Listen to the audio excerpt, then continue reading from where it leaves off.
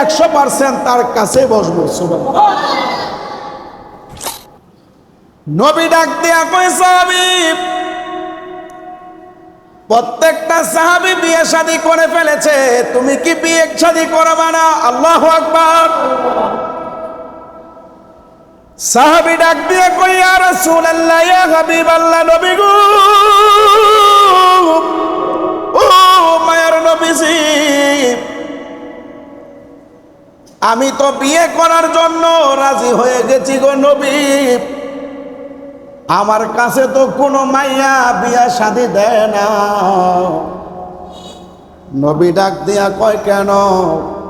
সাহাবী ডাক দিয়া কয়, ইয়া রাসূলুল্লাহ, ইয়া হাবিবাল্লাহ, নবীজি, আমার তো মেয়ে লোক দেখলে পছন্দ হয়, কিন্তু আমাকে তো পছন্দ করে না। যেই কারণে আমার ভাইয়েরা, বাবারা, বন্ধুরা, আপনার আমার নবীজি এই কথা শোনার পরে ডাক দেয়া কয়, সাহাবী, তোমরা সাক্ষী থাকো, আমি নবীজি চিঠি লেখা, ওইখানকার সময় কোনো মোবাইল ছিল না, তখনকার সময় কোনো কিছু ছিল না, চিঠির মাধ্যমে লোকগুলা পাঠাইয়া দিত। আপনার আমার নবীজি চিঠি মুবারক লেখা ওই সাহাবীর হাতে দিলেন। সাহাবীকে ডাক দিয়া কয়, সাহাবী, যাইবা এমন একটা জায়গার মধ্যে আমি নবী তোমাকে ঠিকানাটা দিয়া দেই, ওই জায়গার মধ্যে যাইয়া ঘরের মধ্যে টুক্কা দিয়া, প্রথম টুক্কা দেওয়ার আগে সালাম দিবা, সালাম দিয়া যখন তোমার ঘরের মধ্যে যখন দরজা করবে, ওই লোকের হাতে তোমায় এই চিঠিটা দিয়ে দিবা। সুবহানাল্লাহ। সাহাবী চিঠি লইয়া চলে গেলেন ওই বেটার বাড়িতে, এই বিশ্ব সুন্দরীর বাড়িতে।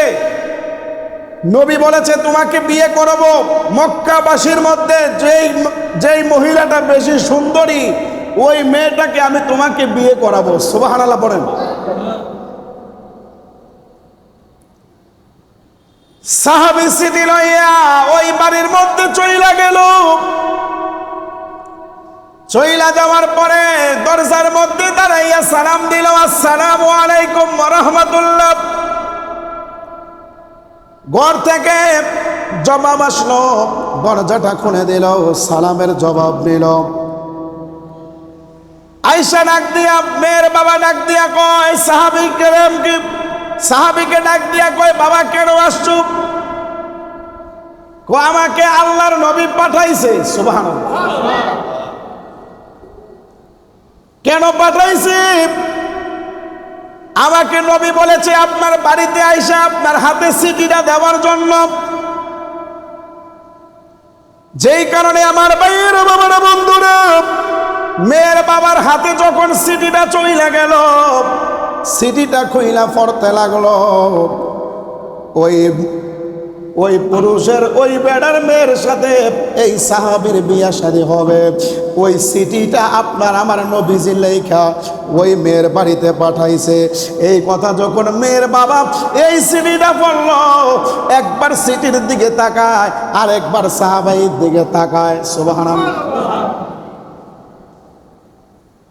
ওই মেয়েটার হাজার হাজার বিয়ে আসলো, বিয়ে হয় নাই, বিয়ে দেয় নাই। যেই কারণে আমার ভাইয়ের, বাবার, বন্ধুরা, সাহাবীর দিকে একবার তাকায়, চিঠির দিকে আরেকবার তাকায়। যখন চিঠি পড়া শেষ হয়ে গেল, মেয়ের বাবা ডাক দিয়া কয়, বাবা এখন চলে যাও, আমি তোমাকে পরবর্তী সময় জানাবো। সুবহানাল্লাহ পড়েন।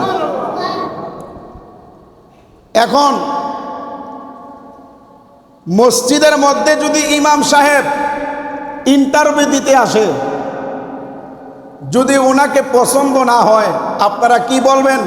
পরবর্তী সময় আপনাকে নক করব। আর যদি পছন্দ হয়ে যায়, তাহলে ইমাম সাহেব হুজুর কবে আসবেন? ডেট হয়নি। সাহাবীর মনটা আর ভালো না। সাহাবী ডাক দিয়া কয়, তাহলে আমাকে পছন্দ করলেন না, আমাকে পরবর্তী সময়ে জানিয়ে দিবেন, তাহলে আমার তো আর কোনো বোঝার বাকি নাই। যেই কারণে সাহাবী যখন বাড়ি থেকে বাগের হয়ে আস্তে আস্তে রওনা দিতে লাগলো, ওই দিক দিয়ে ওই রুমের জানালা দিয়ে মাইয়াটা দেখছে। মাইয়াটা দেখা বাবারে ডাক দিয়া কয়, বাবা এই লোকটা একবার আসলো, সালাম দিল, আপনার হাতে সিটি দিল, আপনাকে কি বলছে আপনি বাবা আমাকে বলবেন নি? সুবহানাল্লাহ। মেয়ে জানালার দিয়ে তাকাইয়া দেখলো মেয়ের বাবার সাথে সাহাবী কথা বলতেছে। ওই সাহাবীর টাকা পয়সা নাই, কোনো কিছু নাই। যেই কারণে মেয়ের বাবা ডাক দিয়া কয়, আল্লাহর নবী নাকি চিঠি পাঠাইছে তোমার সাথে ওই সাহাবীর সাথে বিয়ে দেওয়ার জন্য। সুবহানাল্লাহ। মেয়ে ডাক দিয়া কয়, বাবা তাহলে আপনি কি বলেছেন? বাবা ডাক দিয়া কয়, মা আমি ওনাকে বলেছি আপনাকে আমি পরবর্তী সময় জানাবো। মেয়ে ডাক দিয়া কয়, বাবা যেই নবী কাল কিয়ামতের ময়দানে আমার নবী হাজির নাজির থাকবো, হাসরের ময়দানের হিসাব নিকাশ নবী দিব, যেই নবীর জন্য আমরা জান্নাতে যাইব, যেই নবীর জন্য জাহান্নামে যাইব, যেই নবী সুপারিশ না করলে কোন উম্মতে মুহাম্মাদি জান্নাতে যাইতে পারতো না, আপনি কি করলেন? নবীর সাহাবী আমার বাড়িতে পাঠাইছে, নবীর সাহাবীর সাথে আমাকে বিয়ে দেওয়ার জন্য আপনি কেন লোকটাকে বিদায় দিয়া দিলেন? যান যান তাড়াতাড়ি সাহাবীকে ডাক দিয়া নেন। যখন এই কথা বলতে লাগলো, বাবা ডাক দিয়া চইলা গেল। যাইতে যাইতে সাহাবীকে দেখতে পাইল, ডাক দিয়া ঘরের মধ্যে আনলেন। আসার পরে ডাক দিয়া বলে, বাবা ও বাবা আমার তো তোমার পছন্দ হয়েছে, এখন তুমি কবে ডেট দিবা এখন বলো। সাহাবী ডাক দিয়া কয়, নবী জানে। সুবহানাল্লাহ। সিটি দিছে কেডা? নবীজি সিটি দিছে কে? যখন বাবা মেয়ের বাবা ডাক দিয়া বলল, ডেট পালান, কবে বিয়ে শাদী হবে? সাহাবী ডাক দিয়া কয়, নবী জানে, কারণ নবীজি তো সিটিটা পাঠাইছে। সুবহানাল্লাহ। যেই কারণে আমার ভাইয়েরা বাবারা বন্ধুরা, সাহাবী ওই বাড়ির থেকে বিদায় হইয়া নবীর দরবারে চলে গেল। মেয়ের বাড়িতে থাকা অবস্থায় মেয়ের বাবা ডাক দিয়া কয়, তুমি কি করো? বলে, আমি কিছু করি না, আমি নবীর সাহাবী। ডাক দিয়া বলে, তোমার ব্যবসা বাণিজ্য কি? তোমার ইনকাম সোর্স কেমন? ডাক দিয়া বলে, আমি কিছু নাই, একমাত্র আমি নবীর সাহাবী, আমার যা আছে আমার সব নবীর কাছে। সুবহানাল্লাহ। যেই কারণে আমার ভাইয়েরা বন্ধুরা নবীর দরবারে চলে গেল সাহাবী। সাহাবী ডাক দিয়া কয়, ইয়া রাসূলুল্লাহ, ইয়া হাবিবাল্লাহ, নবী গো, ও মায়ার নবীজি, দয়াল নবীজি, যখন সিটিটা দিলাম, সিটিটা পড়ার সময় একবার সিটির দিকে তাকাইলো, আর একবার আমার দিকে তাকাইলো।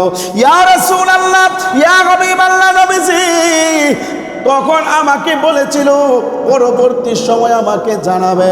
যখন আমি হাঁটতে হাঁটতে চলে আসতে লাগলাম, তখন আবার ইন্তিমিন সময় মেয়ের বাবা আমাকে ডাক দিয়া নিয়ে গেল ঘরে। ঘরের মধ্যে যাইয়া জিজ্ঞাসা করলো, আপনি কি করেন? আপনার ব্যবসা বাণিজ্য কি? ইনকাম সোর্স কি? আমি বলছি, আমি কোনো কিছু জানি না, আমার কিছু নাই, আমার সব কিছু আমার রহমাতাল লিল আলামিন। আল্লাহু আকবার।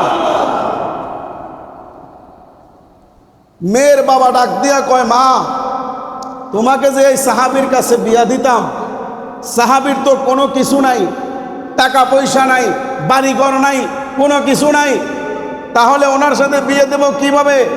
মেয়ে ডাক দিয়ে কয়, বাবা আমার টাকা পয়সার দরকার নাই, আমার ধন সম্পদের দরকার নাই, আমার জায়গা জমিনের দরকার নাই। যেই নবীজি কাল কিয়ামতের ময়দানে আপনার জন্য আমার জন্য সুপারিশ করবে, ওই নবীর সাহাবী আমার কাছে আসছে, আমি বিয়ে 100% তার কাছে বসবো। সুবহানাল্লাহ।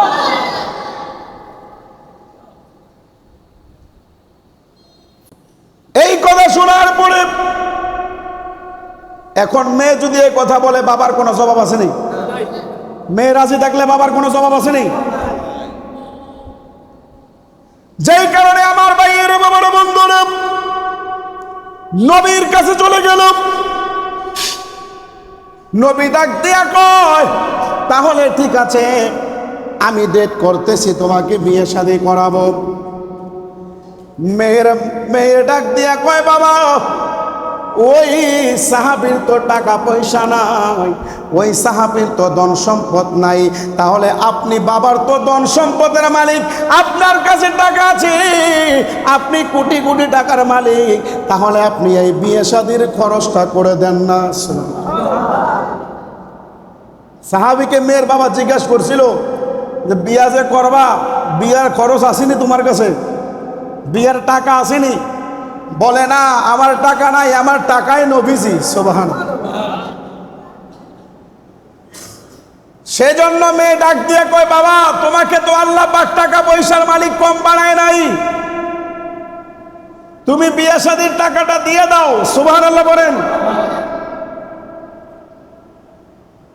যেই কারণে প্রিয় নবীজি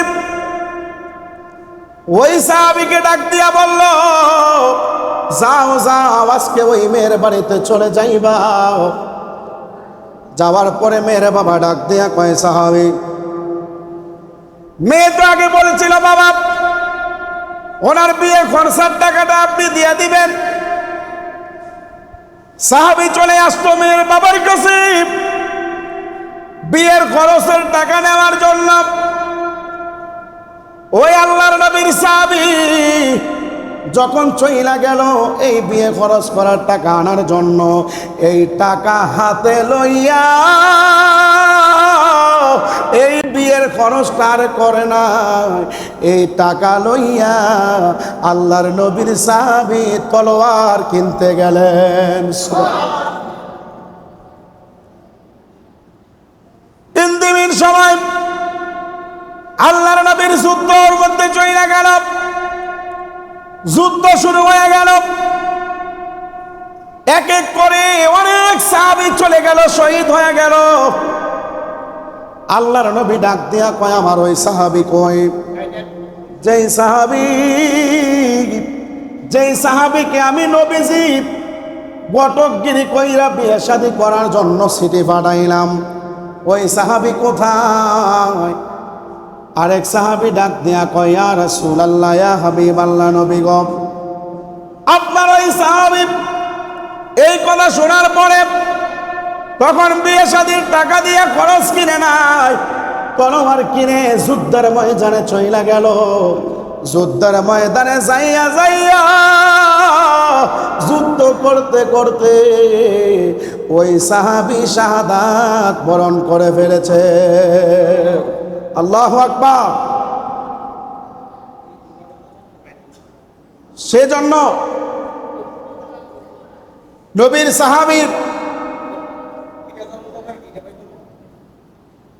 সাহাবীর দাম আছে না নাই? কেউ সম্মান আছে না নাই? সেজন্য ওই সাহাবী শাহাদাত বরণ করে ফেললেন। আপনার আমার প্রিয় নবীজি সাহাবীর জন্য কান্নাকাটি শুরু করলেন। আল্লাহু আকবার। সেই জন্য আল্লাহ রাব্বুল আলামিন প্রিয় নবীকে যেমন সম্মান দান করে দিয়েছেন, আল্লাহর নবীর সাহাবীরাও তেমন ভাবে নবীকে ভালোবাসতেন। সাহাবায়ে কেরাম যেহেতু নবীকে জীবনের চাইতে, জানের চাইতে বেশি ভালোবেসেছেন, আমাদের ভালোবাসার দরকার আছে না নাই? জোরা বলেন, আছে না নাই?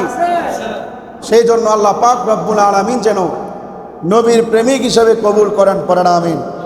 আরো জোরে পড়েন আমিন। ওয়া আখিরু দাওয়ানা আলহামদুলিল্লাহি রাব্বিল আলামিন। আসসালামু আলাইকুম ওয়া রাহমাতুল্লাহি ওয়া বারাকাতুহু।